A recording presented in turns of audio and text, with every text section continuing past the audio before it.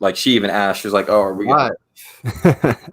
What? What's up, everybody? Hope everyone is having a great day. Doing a little bit early Miami UAB preview. We got my co-host Brad with me on today. What's going on?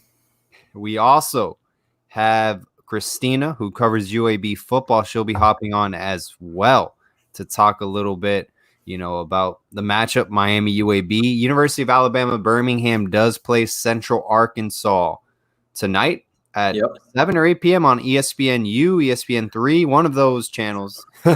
Yeah, I saw our boy Better Duck on Twitter earlier today, saying some smart remarks about I guess UAB was able to get a better channel than Miami was the following week or something like that. So I was like, yeah, guess you got to use your Fire Stick to watch some football. Yeah. Isn't there someone on Twitter that goes around and hooks everyone up with the Fire Stick? Yes, I've never done it before. Yeah, I have one myself, and if you have been thinking about ever getting a Fire Stick, if you're trying to cut the cable cord, I actually work for a cable company here in Gainesville. Gotcha. And even though I get free cable, I actually use his Fire Stick a lot more than my own cable, just because you get everything. So it's legit, best in the business. Nice, and it's already set up, right? Correct, and it's even got the Miami Hurricanes background and everything. So like, as soon as you open the Fire Stick, it's got all the U stuff. So it doesn't even look like a normal Fire Stick when you open it. That is sick. I may have to hit him up if he does out of state order. He does everywhere, bro. Everywhere. I may have to hit him up. There you go. Hey, so Brad, what are you gonna be looking out tonight, man? UAB's taking on Central Arkansas. Central Arkansas just beat Austin Peay State, I think, in their respective FCS, whatever you want to call it, division. They're ranked 11th overall, Central Arkansas, which isn't bad. I think that's pretty competitive. I think that can compete amongst some schools that aren't in the Power 5 level. I think they can beat Rutgers if they go at it. What are you expecting tonight against Central Arkansas, UAB? What are some things you're going to be looking out for? So yeah, man. So for one, it's just the tempo of how they run. I want to see if they get out fast. I want to see how their energy is. As we all know, anyone that's followed social media lately in the past month, they actually had a player on the football team who recently passed away. So this is going to be their first game of the season. Right. Obviously, there's obviously going to be some butterflies, some jitters, but the fact that the football team is playing for someone else, like a brother on their team. I expect them to come out swinging heavy. They are very similar to us in a lot of ways, how we ran last year. They were very bad on third downs. They weren't really good in the special teams department as far as field goals, and they weren't really good at executing the red zone. It's all seems like things similar to us. Their heavy points on the football team is definitely the defensive line. The interior D line is going to be very well for them. Obviously, we're in the ACC. We've seen obviously way tougher guys than what they have, but for who they play against and what conference they're in, they have 2 or 3 guys that are definitely going to keep our offensive line on our toes. I'm definitely looking forward to that, and then. The star player on UAB is going to be Spencer Brown. He is the running back for UAB. He's a pretty good player, man. Last year, he was a little banged up. He had an ankle injury, so he only had like 566 rushing yards, 5 touchdowns. But the previous 2 years, he had over 2,500 rushing yards and 26 touchdowns. Okay. So he's a guy to look after for. He doesn't catch the ball in the backfield, so he's more of just a pounder runner. So they will be running the ball.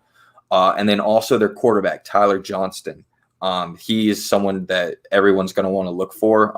I am definitely anxious to see how he does under pressure because he is a player that, looking at his tape last year, he was not the best under pressure. And as we all know, we have one of the best defensive line in the country, so we are going to be bringing that pressure. You look at a guy like Tyler Johnston, the starting quarterback for UAB, he had 15 interceptions last year. And he's not the most accurate quarterback, but he is a gamer, so he has that gamer mentality. But I tweeted earlier today, and UAB, I believe, was second highest in college football last year with the most turnovers out of any team in college football. So I expect the turnover chain to come out a lot next Thursday. But, It's funny you mentioned turnover chain because their quarterback, Tyler Johnson, in his career, he's thrown 24 interceptions. I think he's been a starter for 2 years. So, hopefully this game can give our secondary, our cornerback specifically, some confidence. I would love to see them dominate this game and get ready for Louisville the next week. And, this is a team that they played FAU in their conference championship. They've been to a bowl game. They played Appalachian State. They've also beaten Louisiana Tech. We did not beat Louisiana Tech last year.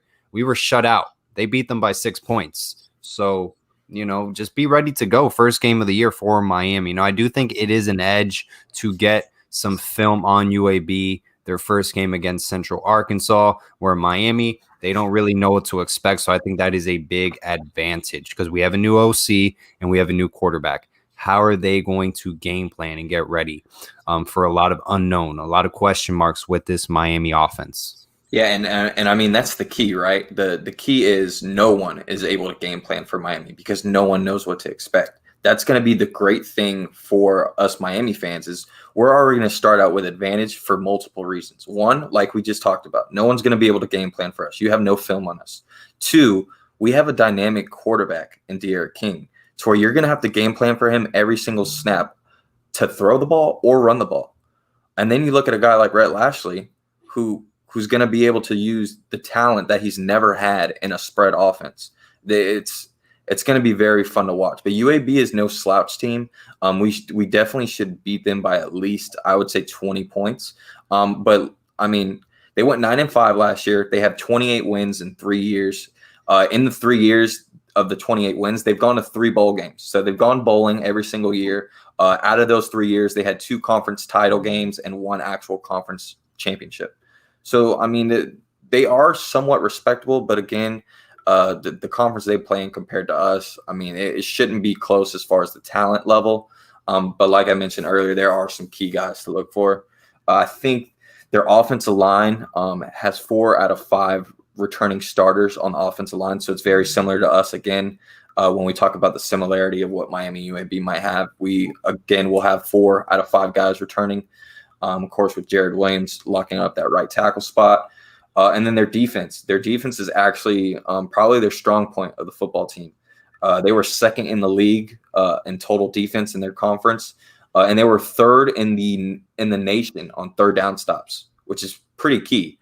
I think that stat alone, if we had Dan Enos or someone else at offensive coordinator still, that stat I just mentioned would be very scary to me because third downs, we were one of the worst teams in the country on third downs.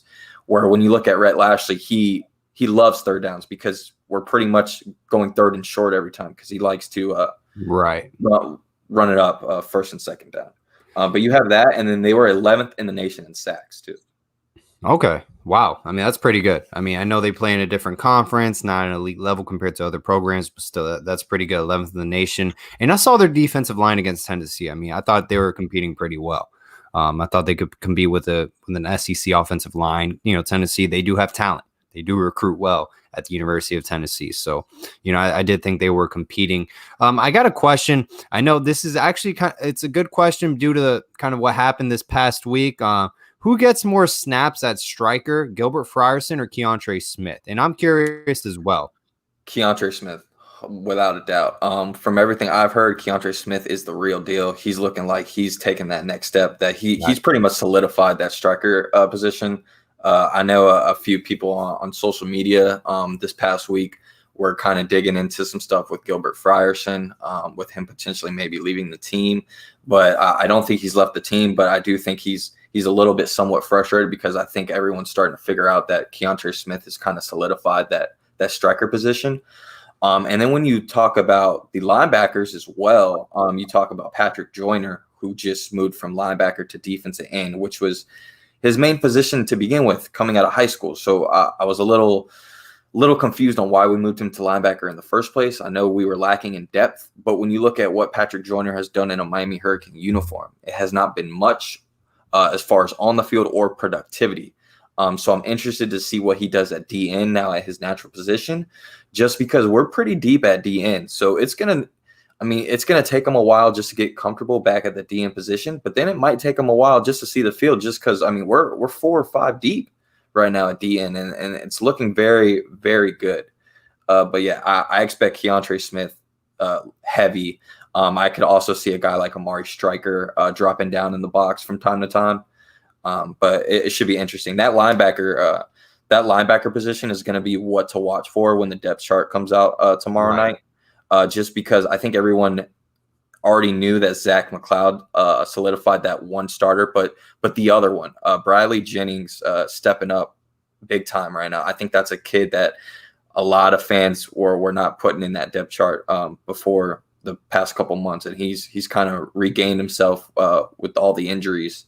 And it should be interesting. I mean, we were talking Sam Brooks, Avery Huff for the longest, and if we're able to have both of them as backups and be okay, that could be dangerous for a lot of football teams. Yeah, I mean, we saw Sam Brooks a very limited amount of time the past season, but when we did, I thought he played very well. I mean, he led the team in tackles against Louisiana Tech as a true freshman.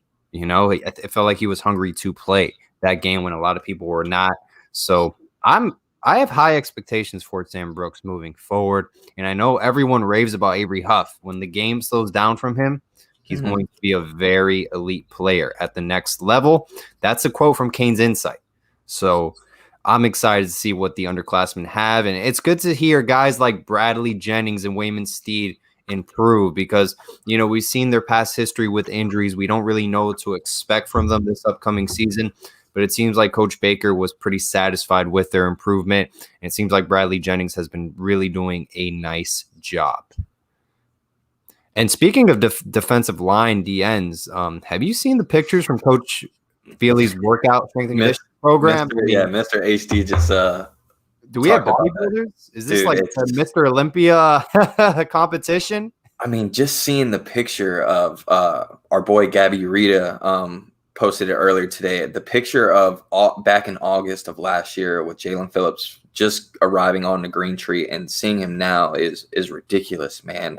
I remember UF fans talking so much crap their first time seeing a picture of Jalen Phillips come to Miami, and he was somewhat chunky. He didn't really look like he was in football shape, and people were just bashing him. And now you look at him, and he's a completely different animal, man. I expect huge things from him. I honestly think Jalen Phillips will have the year that Greg Russo had last year. That type of expectation. Absolutely. And Jahvari Harvey as well, man. I mean, that kid. I mean, he's only a redshirt freshman. Yeah. I mean, that's just. I mean, you can't teach that. You know, you can't teach his physical attributes, man. Imagine when he's fully developed. He's probably 20 years old right now.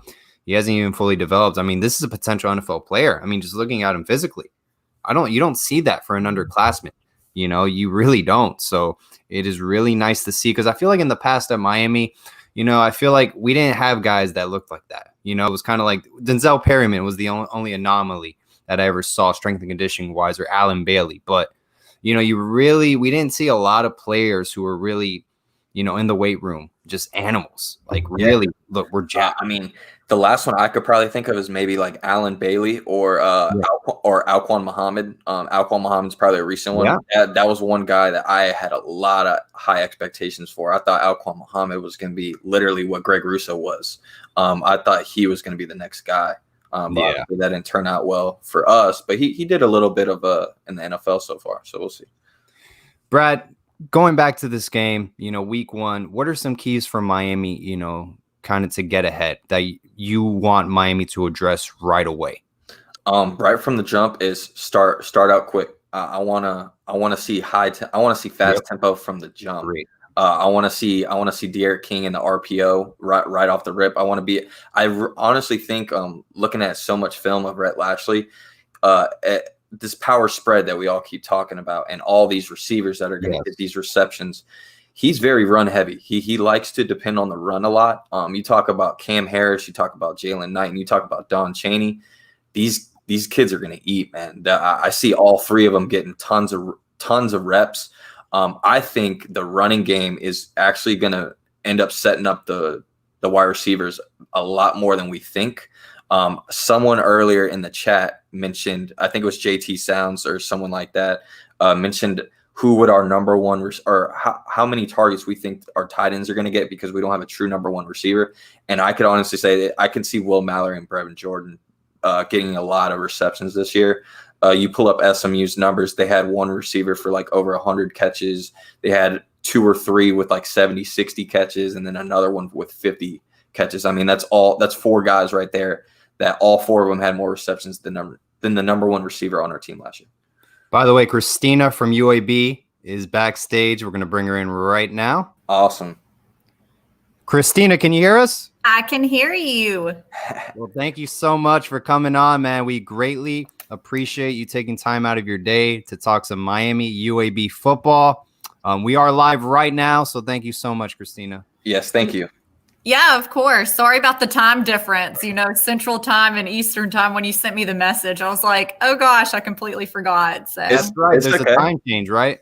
I didn't even think about that, and I didn't even realize you had that Southern accent. I was looking on your Twitter, and I saw that our coach Rhett Lashley follows you, and I'm like, I wonder how. And man, I the first time I ever heard Rhett Lashley in an interview, and now hearing you, it's like, oh, they got some South in common.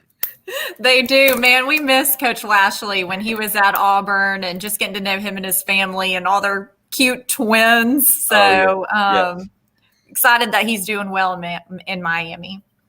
Of course, and we're excited to have him. I mean, us Miami fans have been waiting, honestly, 10 to 20 years, it seems like, to get a renewed offense, something that it seems like every college football team has except Miami right now. Even the basketball schools that we were playing against these past few years have a regained offense that we just have never quite had until now. But that we have a bunch of Cane fans on, obviously watching and listening to us right now, and we are going to be tuned in tonight for your UAB Dragons, who you cover as well. Tell a little bit of the Cane fans that are watching and listening right now what to expect if they've never seen a UAB football game. What are some things we should look for?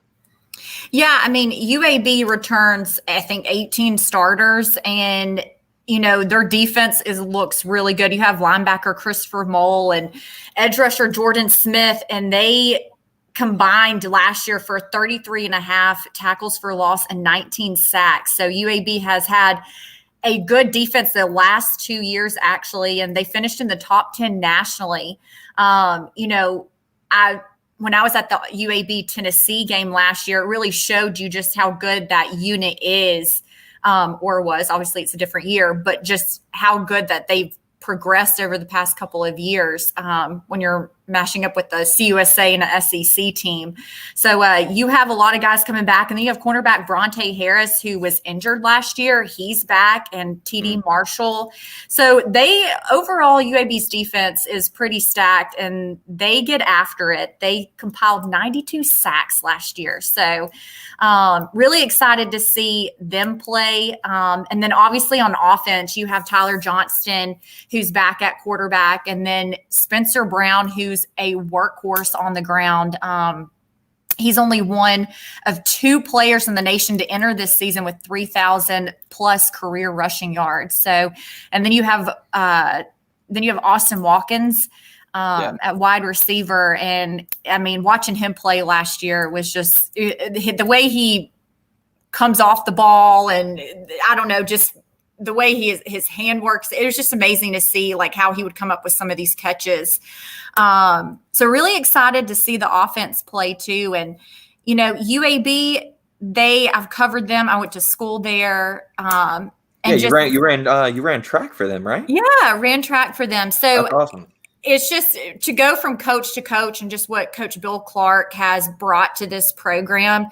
It's night and day difference from what I saw when I was an athlete there, and even covering UAB as a student till now. It's just night and day just how far this team has progressed. But they have a lot of chemistry. So I'm excited to see them play. Hey, Christina, what are some keys to the game that you think UAB must accomplish to be successful or win the football game against Miami? Well, the crazy thing, against Miami. Sorry, I was thinking about Central Arkansas. No worries. Sorry. I haven't done too much, I guess, studying research on Miami. But I think for this first game is going to be a good test for Central Arkansas, because they came out and beat Western Kentucky last year. Yeah. So I think, and the crazy thing is UAB and UCA, this game just came about 15 days ago. So I'm interested to see how much planning they've put in. And then next week they head to you guys. Yeah. So, yeah, that is very interesting. And we talked about it earlier about, unfortunately, UAB had a player on the team that passed away as well. So then having to carry that emotion to this first football game, I mean, there's a lot of expectations and a lot of weight on a lot of these kids' shoulders. I'm interested to see how they come out tonight. Yeah, it is. They that was devastating news to even cover. Coach Clark talked about how they are going to honor they actually had another incoming freshman pass away in the summer too. He drowned. And so they're actually honoring them before, I think, today's game, and they're going to wear stickers on the back of their helmets all season. So there's definitely, you have the pandemic side and then just trying to overcome COVID-19. And then you have, like you said, the emotional side on there. But this team has a lot of heart and a lot of fight. And I think you'll see that tonight. The good news is, though, when you talk about COVID-19, this is like the fourth or fifth week UAB has had 0 positive COVID-19 cases, and both teams got tested yesterday, and both teams were negative. So awesome. That's great news. Great news. Yeah, I mean, with Miami as well, we've been pretty strong in that aspect.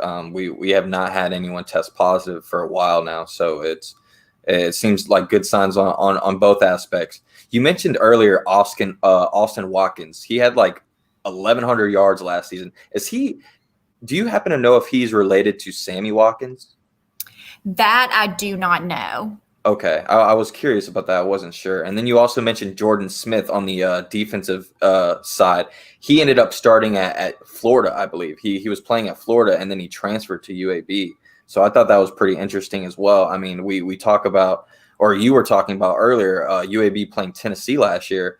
And I think a lot of fans are forgetting two things. They have talent, just not the elite of the elites. But this is not just a normal team. They are from Alabama. So pretty much any of these last pickings that the guys that don't go to Alabama, they potentially could end up at UAB. So we're talking a lot of ball players from the state of Alabama that have what it takes to do their job. You got Watkins, and you also got Myron Mitchell, who's a senior this year at wide receiver.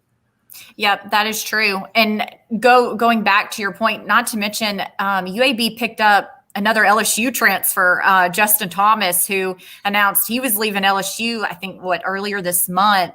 And he's already on campus. And when I heard the news, I texted the SID. I was like, I don't see him on the roster because, we're not allowed at practice. That's the thing, is normally you're allowed to see a little bit. And like you guys, everything's on Zoom. You're not even allowed at practice. They send you practice footage. So it's hard to get, a real look at how the team is meshing together.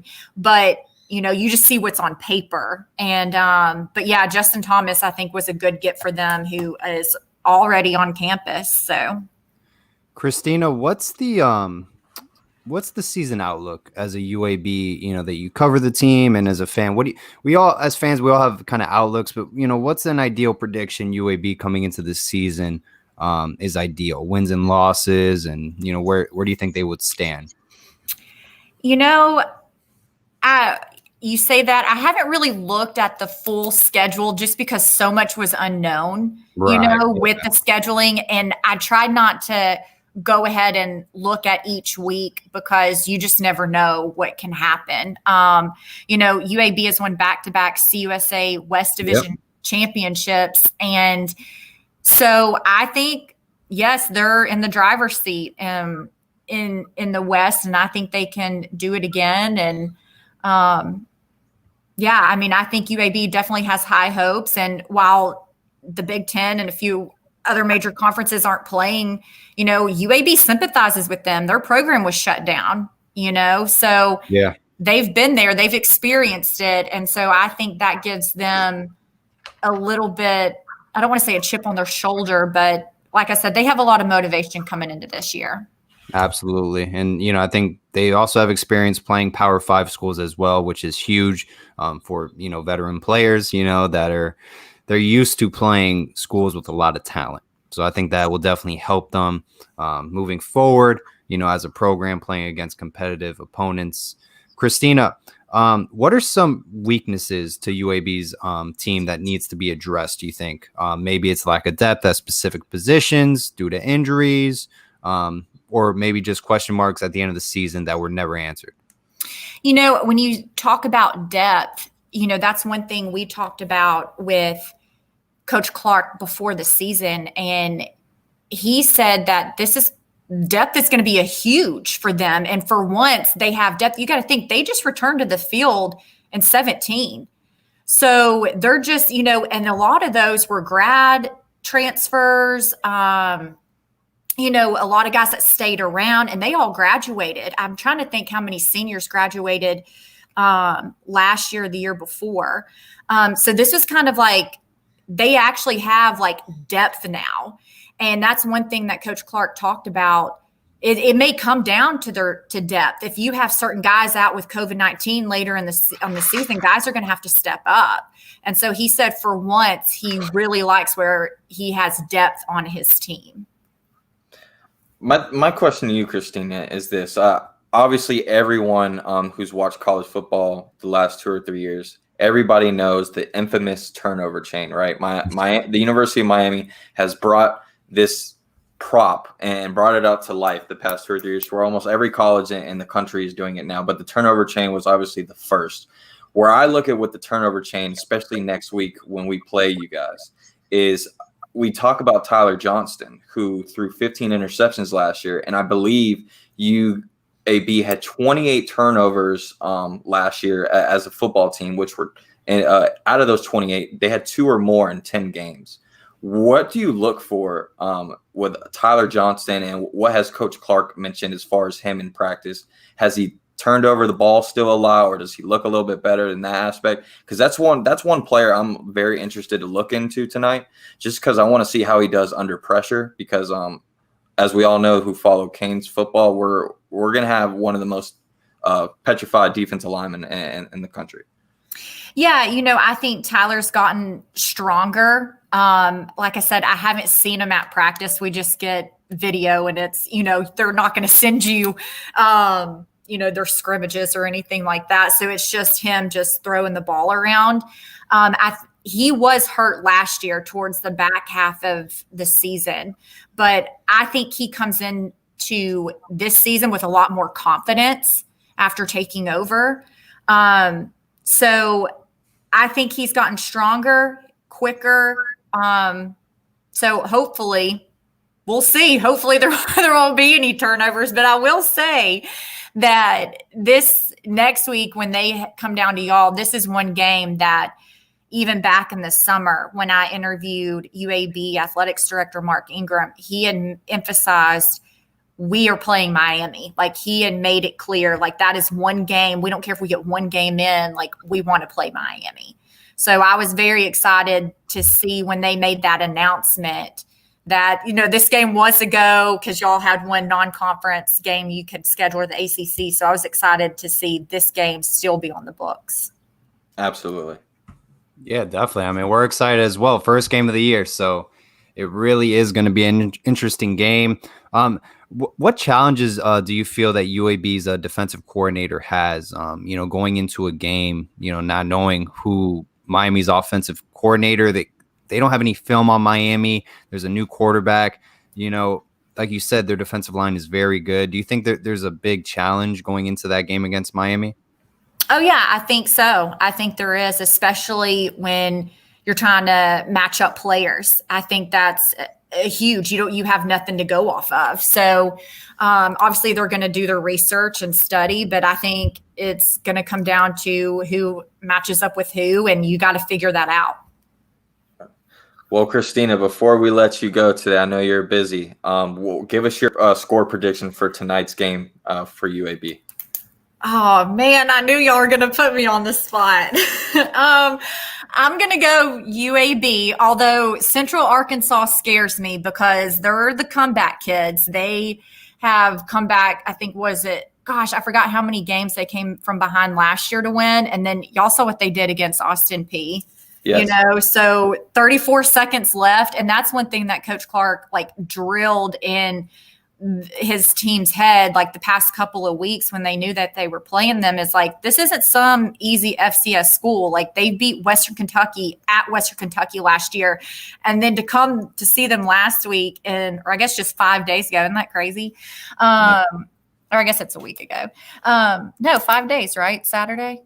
Yeah, can't do math. Anyways, and they won with 34 seconds left. It's crazy. I'm not going to give you the score, but I will say UAB is going to win it tonight, and they're going to continue that perfect win streak at Legion Field from 18-0 to 19. Love it. Love that. All right, Christina, thank you so much for coming on. We greatly appreciate it. Of course. Yes, thank you. You guys have fun, and I hope y'all have fun next week.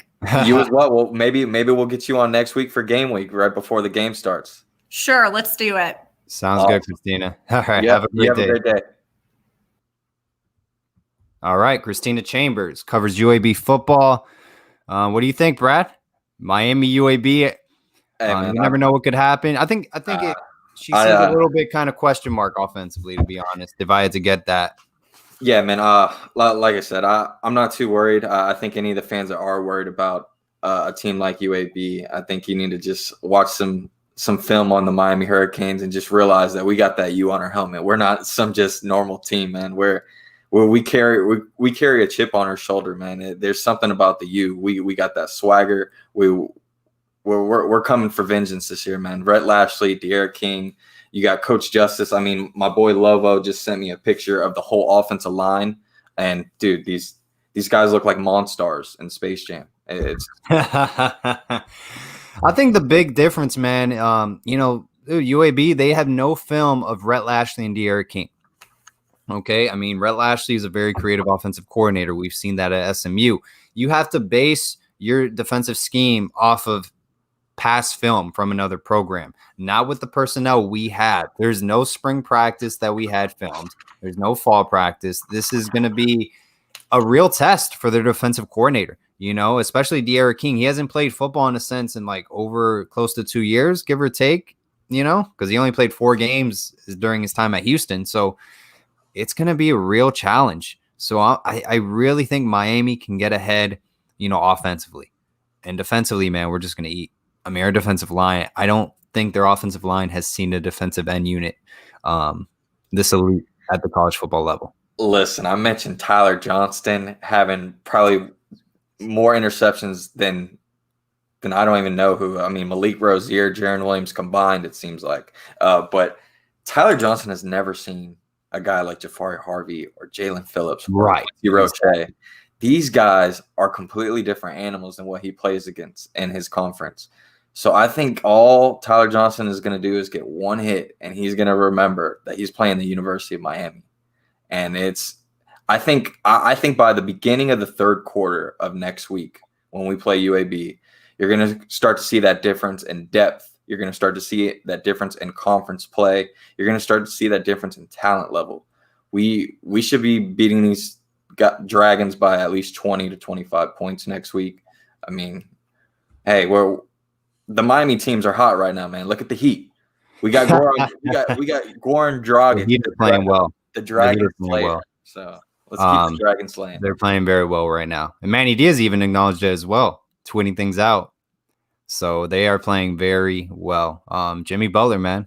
Did you see that free throw at the end, man? That literally it wanted to rim out and then came back in. That was hilarious. I was even more confused that they let him shoot the second free throw because there was no time left on the clock. So I figured he just hits the first free throw and we're done. But right, yeah, did too. But usually in basketball, the toughest free throw is the first one. Once you knock that one down, the second one's either automatic. The first one, just get out the way. Yeah, I mean, I know this is a Kane show, man, but I'm excited for my Heat, man. Our shooters have not even shot the ball well. So the fact that you got guys like Duncan Robinson and a few other guys, and Kendrick Nunn especially, these are guys that usually drop anywhere from 18 to 20 points, and they haven't really shot the ball well. Right. So the fact that we're getting Giannis in foul trouble early in games and our shooters aren't shooting the ball well yet, once our shooters get hot, it could be a sweep. Oh yeah, most definitely. We won't talk too much heat because there's probably a lot of New York fans, a lot of Knicks fans. We don't want to put them in their misery. We don't want to have any people pass out before game day. Any concerns of rust offensively versus UAB being we didn't have a spring practice? I think that's a good question because personally for me, and I said this in past video last night, I truly think there's going to be a couple 3-and-outs when we start the game. I think it's going to be maybe some like blown plays as well, just busted plays, just to, settle down the nerves. And then once we settle in, we'll be good to go. No, for sure, man. I mean, that's any football team. You're going to see a little bit of rust first game of the season. I mean, you turn on Alabama week 1, I'm sure they're going to start the ball off slow as well. But Right. The key is you have a veteran quarterback in Derek King. You have a veteran offensive play caller in Rhett Lashley. And I think the real key to all this, we think about rust offensively. And I think in years prior, we started off slow a lot. And I think a lot of that had to do with these kids were thinking way too much. And now you talk about simplicity. This is exactly what not only fans wanted, but what the players wanted. They're not going to have to think much. They're going to go out there and play backyard football. And that's exactly what they're used to doing out in high school. So I think the tempo caned up literally just said it, and I was about to. The tempo of the Miami Hurricanes football is going to be what hurts UAB, especially if that humidity, man. I mean, I could barely stay outside for 10, 15 minutes. I don't know what the UAB Dragons are going to be doing in South Florida, but I expect 20 to 25 point win for sure. Yeah, definitely. I mean, I have it 33-17 going to Miami's favor. Obviously, I think the spread is 16. I'm going to keep it at that. But anything 20 and above, I'll be satisfied. Speaking of offensive tempo, what kind of game plan do you expect Rhett Lashley is going to have against UAB? I think we're going to see a run-heavy offense. I think running the football is going to be our first option every time, and then perhaps maybe on third down, we'll air it out. But I think we're going to be running the ball heavily, a lot of quarterback design plays. I think Jalen Knight and Cam Harris are going to have big nights. We may even see a little bit of Don Chaney. No, for sure, man. If we could see Don Chaney like late third, early fourth quarter, that tells me that we have a very comfortable lead and we're able to get some guys some burn. I wouldn't even mind seeing Tyler Van Dyke in there at the end of the fourth quarter just to get some reps. But yeah, man, Cam Harris, I expect a big game from Cam Harris against UAB. I expect a big game from Derek King. I think Will Mallory will have a big game. I honestly think Rhett Lashley is going to test the UAB defensive line and linebackers, similar to what teams did to Miami last year. I see a lot of similarity, and they have some guys in the trenches, but as far as their linebackers, they're not too athletic as far as speed. So I think this could be used to our advantage to where you could see a lot of guys try to hit the outside and try to use their wheels. I remember, I think the second scrimmage, we had Xavier Restrepo score a long touchdown on like a reverse. I could see something like that going into play against UAB. But the guy I think is going to actually have the best game for the Miami Hurricanes first game of the season is going to be Mike Harley. Really? Yeah. I mean, he was recruited for Dana Holgerson's offense at West Virginia. I feel like that offense does perfectly fit his skill set. We saw what he can do with N'Kosi Perry, kind of lining it up with him against FIU. I mean, there was a good few drives where, man, he led the team in receptions, but, it was really clicking. That was a couple years ago that I was referring to that game. But, I think Mike Harley in an up-tempo offense can really be successful. And like you said, I mean, he could have put up video game numbers like we saw with James Prochet at SMU. Yeah, man, everybody on that SMU team had video game numbers. The quarterback, the receiver, the running back. I mean, I mentioned this a few times, but SMU and LSU were the only teams in the country last year in all of college football to have a quarterback to throw for almost 4,000 yards, a running back and a receiver to have almost 2,000 yards. So it's crazy. But I'm the most excited for the red zone, man. That's something that our red zone offense has been struggling like crazy every single year, man. It seems like we get that one or two big plays to where we're able to get in that red zone, but then we can't punch it in and score. And I think the red zone is going to be key for us. Yeah, I mean, what do you think is a good strategy, to start having a sufficient red zone offense? Because like last year, I mean, it's the most difficult part of the field to score because, like, in a sense, you only have so many yards ahead of you. It's very tight. But, what's a good strategy? I think a lot of quarterback design plays with De'Ara King. I think we can be very successful. I mean, I think the first part is what we've been talking about this whole time and what Rel Ashley likes to do, and that's depending on the run. If we're able to establish the running game very early, that's going to keep the defense on their toes when we're in that red zone where De'Ara King is at shotgun and you got two running backs in the backfield, and then you got Brevin Jordan and Will Mallory stacked up, and one comes in motion. It's like now you're going to have to play with two big tight ends. You're going to have two running backs and a versatile quarterback that could run and tuck it or can throw the ball. So, I mean, you got to be able to establish the run. I think the offensive line in the spread formation is going to help tremendously with these holes. I think as long as the O-line does their job against UAB's trenches, I think we'll be okay because that is probably their strongest position group on the football team is going to be their defensive line. But like I said earlier, man, this offensive line, everybody comes back. We add Jared Williams. We already have a better coach. All these guys have another year under their belt, and we've seen better talent than what UAB is bringing us. We played the Pitt D-line. We played the Clemson D-line.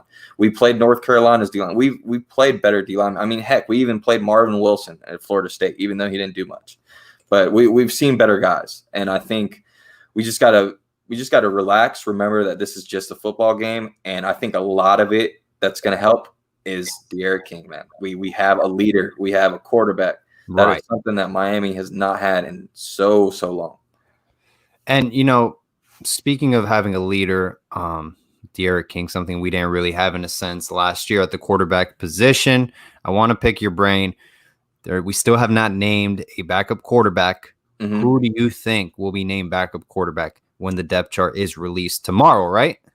Tomorrow night. Yeah, it's going to be tomorrow night after the scrimmage. My brother Derek Coe's watching, so he's going to want me to say Tyler Van Dyke. But I'm going to be honest with you, man. I wouldn't be surprised if Tyler Van Dyke is just as ready or is as comfortable in this offense that N'Kosi Perry is. But I think Manny Diaz needs to play this a little safe. And I think he needs to name Perry number 2 just because he's been here longer. He's a little more solidified. Because in my opinion, the last thing I would want is for Tyler Van Dyke to be named number 2. And then it kind of rubs N'Kosi the wrong way and then he transfers.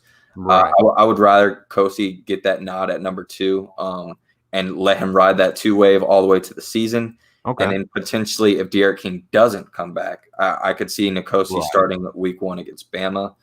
But I think best guy wins. I'm not worried too much about the second string quarterback unless De'Ara King goes down, obviously. But it should be interesting, man. I'm more interested, honestly, in that linebacker group. I talked about it earlier with you. Right. When that depth chart comes out tomorrow night, I'm going to look at that linebacker core. I want to see who took that second spot, and then I also want to see who ends up taking that second spot at corner too. I want to see if it's Ivy or Couch because I've heard a lot. Really? Okay. I've heard some really good things about Corey Couch. Really, and that's great to see because that's one of the guys, Christian Williams and Corey Couch, we're going to rely heavily this upcoming season to succeed. I mean, we need help. Yeah, unfortunately, we just don't have the bodies right now. Unfortunately, depth wise at corner, that's why you're seeing a lot more strikers, a lot more linebackers, a lot more safeties play up there in the box. Right. But yeah, I think we'll be okay. Speaking with depth, how many wide receivers do you think we're going to see in the rotation? 7. UAB. 7? Yeah, I would say 7. Are we including tight ends as a receiver or no? No. I would say 7. 6 to 7 guys will play. I could see. So you got Harley, Wiggins, Pope will probably be your starters, and then you got Jeremiah Payton, Xavier Restrepo, Keyshawn Smith. So that's 6 right there. He's been quiet this fall, Jeremiah Payton. Yeah, I think he's been quiet just because that's just who he is. I think a lot of people on the football team, since they saw him last year, they already expect what they see. Right. So it's not kind of eye-popping to where we kind of don't have to really mention him much. But I think a guy like Jeremiah Payton, man, I think all he needed was a chance, and I think he's going to get that chance this year. I expect big things for a guy like Jeremiah Payton. It is going to be a little bit questioning to see since we don't have that number one receiver, kind of like James Roche, what happens with us. But I think we're going to be okay, man. Our tight ends are going to be great as long as we're healthy. That Right. To me, that is the key to Miami Hurricanes' success this year is health. As long as we're healthy, we will be good. There are so many positions on this football team that, yes, they're very eye-popping. We have elite talent, but there are so many guys. Yes, Martin Tube just announced Michael Redding. I don't know if he plays the first game just because of injuries. I don't know if they put him in there right away. But going back to what we were talking about, I think you're going to see a lot. I'll be surprised what happens. All right. Well, we got 15 minutes left. We just had Christine Chambers from UAB, a reporter who covers UAB football on. So check that out if you did miss it. Let's do some rapid fire, some Q&As. Drop down your questions in the comment section. We'll discuss it. We'll talk about it. And then I guess we'll do a score prediction as well. If Jake Garcia does come to Miami, does Tate and N'Kosi Perry leave? And maybe we can even talk about that article that was released. Are you buying into it? I'm not at all. No, I'm not. Definitely not buying into the article. I've called them out several times on Twitter. I don't think they're the most reliable, and their excuses for what they put out, it's just like I don't really understand it at all. Maybe it's just they have bad timing because it seems like every time they put out an article, then a couple hours later, the official source comes out and says the complete opposite. But I think we still definitely have a shot at Jake Garcia. I know he's still interested. I know his family's still interested. We'll see how it plays out. I think right now all we need to do is focus on this football season. This is something that we all thought wasn't going to happen. Right. So as much as I love talking about recruiting, this is game week, man. We're 7 days away. I don't care about recruits right now. I care about the current players on the Miami Hurricanes football team, and I need everybody on the football team to do well, do their best. And you look at a guy like Derek King, man. Even if he's only here for 1 year and he balls out, that could open the floodgates for not only a guy like Jake Garcia, but for any grad transfers out there. Who scores the first touchdown next Thursday? Derek King, RPO. I said the same thing. Oh, yeah. I'd stand by yards out? I would actually say 12. I think 12? I think it's gonna be right outside the red zone, and I think he's gonna take it. I say 20 to 25 yards. I would love like a 60-yard run to the house. I would love that. That would be awesome to set the tone. Dude, what I would love is a special teams touchdown, like a kickoff or a punt return. That is something that, man, Miami has been missing for so long. When Miami is good, our special teams is really good. I have not seen a punt return or a kink return. It seems like since that Duke lateral game. Who's going to be returning punts? So returning punts, I believe it's Mark Pope. Will be really? Returning. Yeah. Mark Pope. I would love to have Jalen Knighton. Yeah, I think Jalen Knighton's going to be seeing some kickoff returns. I think the best thing with punt returns is who won't turn the ball over. I think we can all agree. I mean, if you muff a punt, that's a game changer right there. And we saw what happened with Jeff Thomas against Florida. Oh, yeah. I mean, that was a big turning point in the game. Does Marcus Clark get some burn at nickel versus UAB? I do not think so. I don't think so either. I don't expect a few of these guys to get much burn. I think honestly, the younger guys that get burn for the first game of the season, I think you're going to see it from the defensive line. I'm gonna see a lot of rotation guys on the D line. I think because it's going to be first game of the season. There's going to be a lot of motion riding with the humidity as well. A lot of these guys are, even though they're in shape, I think they're going to be a little winded and gassed at the beginning just to get their body accumulated. But I think D-line is where we have so many bodies where I think Coach Stroud is going to be rotating guys in left and right. And I think that's actually going to benefit and help Miami to where you're going to see late second quarter, right after halftime, where once the football game starts progressing, you're going to see the stamina and what Coach Feely brings to this football team where it's going to be night and day between us and UAB as far as game shape. Cam Harris or Will Mallory, who scores the first touchdown? I'm saying Cam Harris. I think it's going to be a run-heavy offense first game. Yeah. Cam Harris, this is his year to shine. Definitely. I could see Cam Harris having a lot of touchdowns this year. I just hope Will Mallory, I mean, he gets open, just catch the damn ball. I mean, seriously, man, in this offense, he's going to get a lot of looks. Yeah, he definitely will. De'Aaron King's been showing him some love, so we'll see. We'll see what happens. What I want to know from Go ahead. okay, Johnny Law was kind of heading towards the right direction, but I want to know from fans what they think about the new turnover chain. What are their thoughts on what they think it's going to be? There's going to be a new one. Yeah, there should be a new one. From what I've heard, there is a new turnover chain. I'm just curious to hear what people think. Do they still have the rings? I think they do. I don't know if they're taking them out, but I do know there should be a new turnover chain like there is every year. I just haven't heard much on what it could be. Who do you think is the first to wear it? The first to wear the turnover chain, Bubba Bolden. But okay, very cool. Bubba Bolden. I think Bubba Bolden will either have the first interception in a Miami Hurricane uniform, or he will pick up a fumble and hopefully take it to the crib.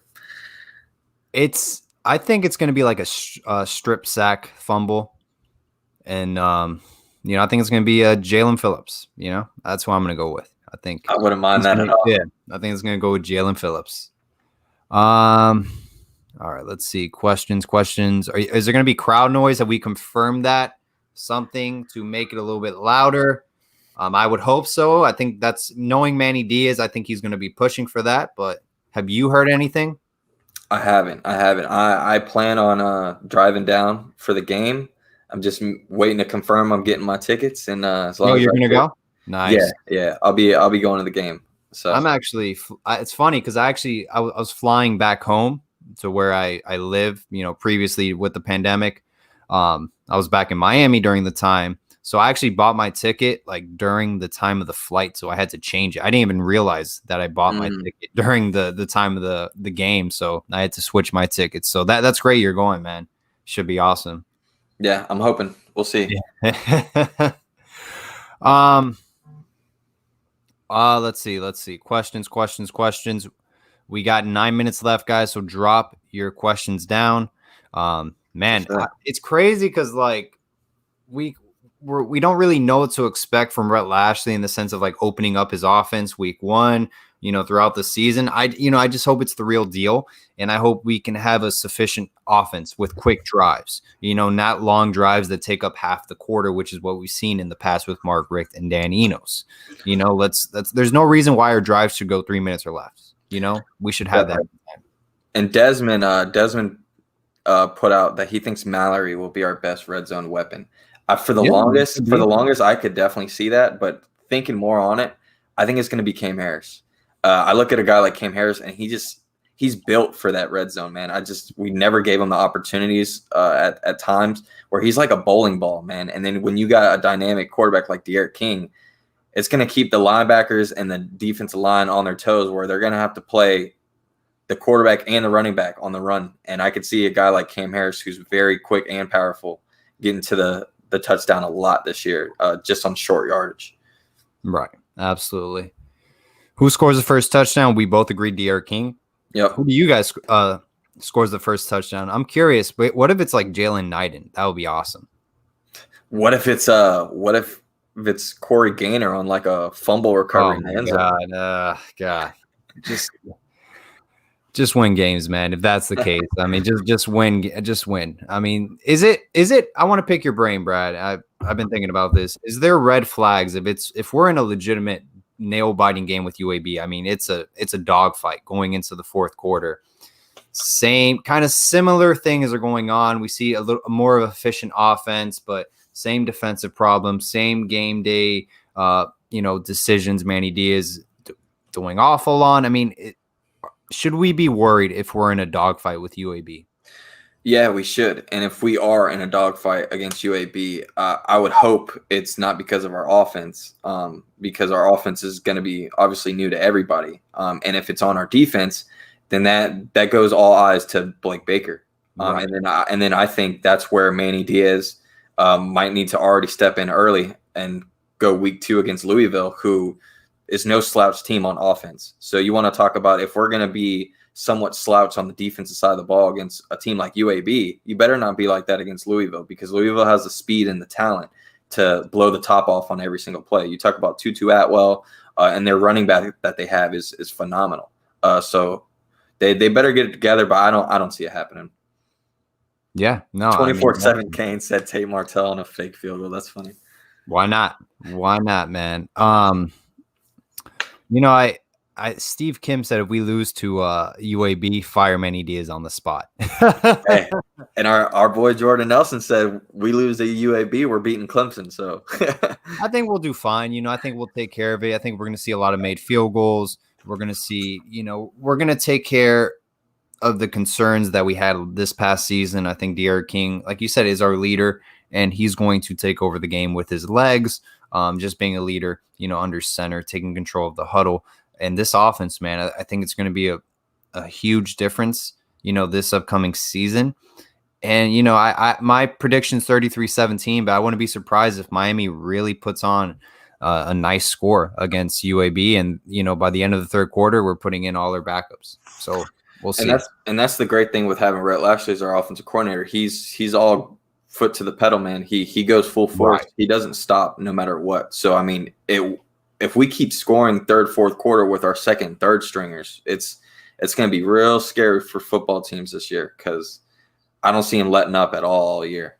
Are there any coaches, Brad, in your opinion, maybe in the fans' opinion as well, if you guys have any suggestions that need to be reevaluated at the end of this season?